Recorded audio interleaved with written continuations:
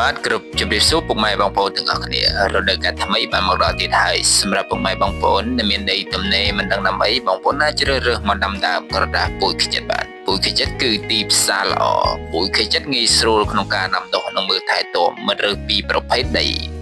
ចំណាយតិចចំណេញច្រើនសម្រាប់ព័ត៌មានលម្អិតអាចធ្វើការទាក់ទងមកកាន់យើងខ្ញុំបាទ099 92 32 33 088 99 26និង624នៅក្នុងខែមិថុនាខាងមុខនេះខាងភីយើងខ្ញុំបាននាំចូលមកក្នុងស្តុកចំនួន 100000 ដើមរុះរាន់ឡើងចំនួនមានកំណត់សូមអរគុណបងនៅនឹកមិនភ្លេចនឹកជានិចឆោមពិសី